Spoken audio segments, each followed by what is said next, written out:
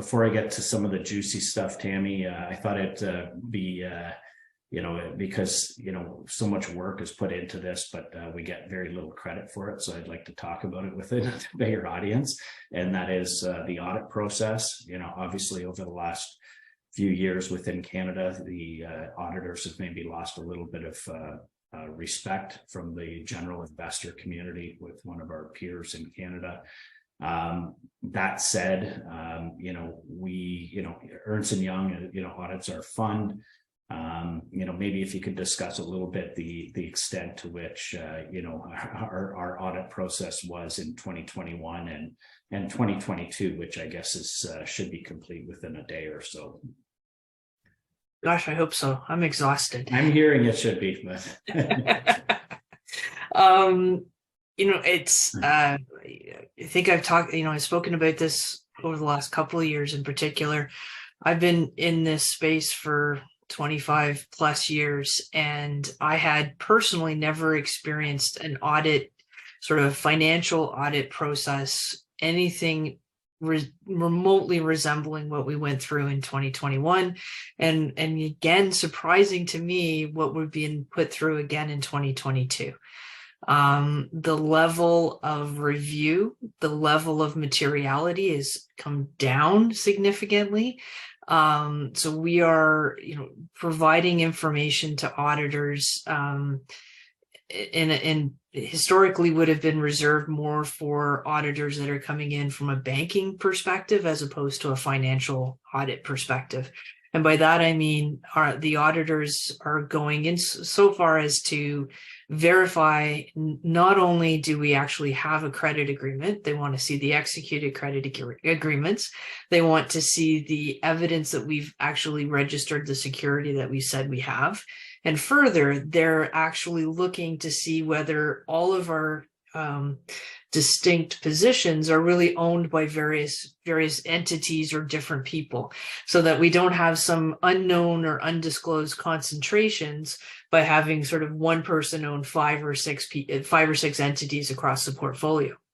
We just don't, I guess from my perspective, is we don't do business like that. So it always seems a little bit surprising that we're being put through the in-depth review that we have been, again, both last year and again this year. We didn't really see a let up from a audit perspective. The materiality levels were the same, the oversight was the same. We tread in some instances a lot of the same questions and rehashed a lot of the same materials. For sure. And I guess in addition to our annual audit with Ernst & Young, Tammy, which has been definitely probably 2 to 3 times as onerous as prior years, we also have credit facilities with 2 major banks, so CIBC and BMO, both led under their U.S. divisions, have 47.5 and 50 million U.S. credit facilities to us. They also perform audits on us. So maybe just discuss that for like 20 or 30 seconds, what that encompasses as well. Absolutely. So CIBC's in twice a year and BMO's in 1 time a year. And we try and sort of spread those out because it's not the same group that does both. So it's not like you can combine them. It's individual examiners that are coming in 3 times a year to take a look at our portfolio. And it's funny to be on the other side of it because it's not particularly dissimilar to what we put our clients through when we send in field examiners or field auditors to look at our client's business.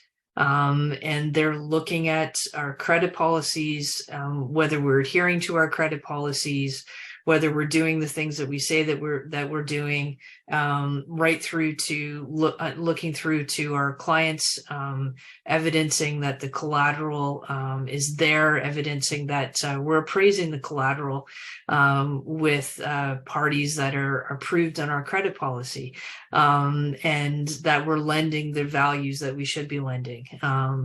So those are, it's in depth. It generally starts with a list of about 70 items that we prepare in advance of their visit and deliver to a data room. And the actual on-site work is generally over a week to 10 days, and there's work that continues for about a week afterwards, culminating in a report that goes to our bankers and any sort of findings that come back to us, so we can talk about how we might want to deal with those.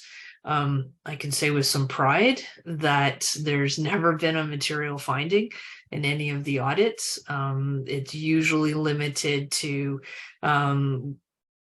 this report was asked for, we didn't provide it. It was missed or misunderstood, and it gets provided subsequently. So rather proud of the team and the effort that goes into to delivering meaningful in these sort of audits and reviews.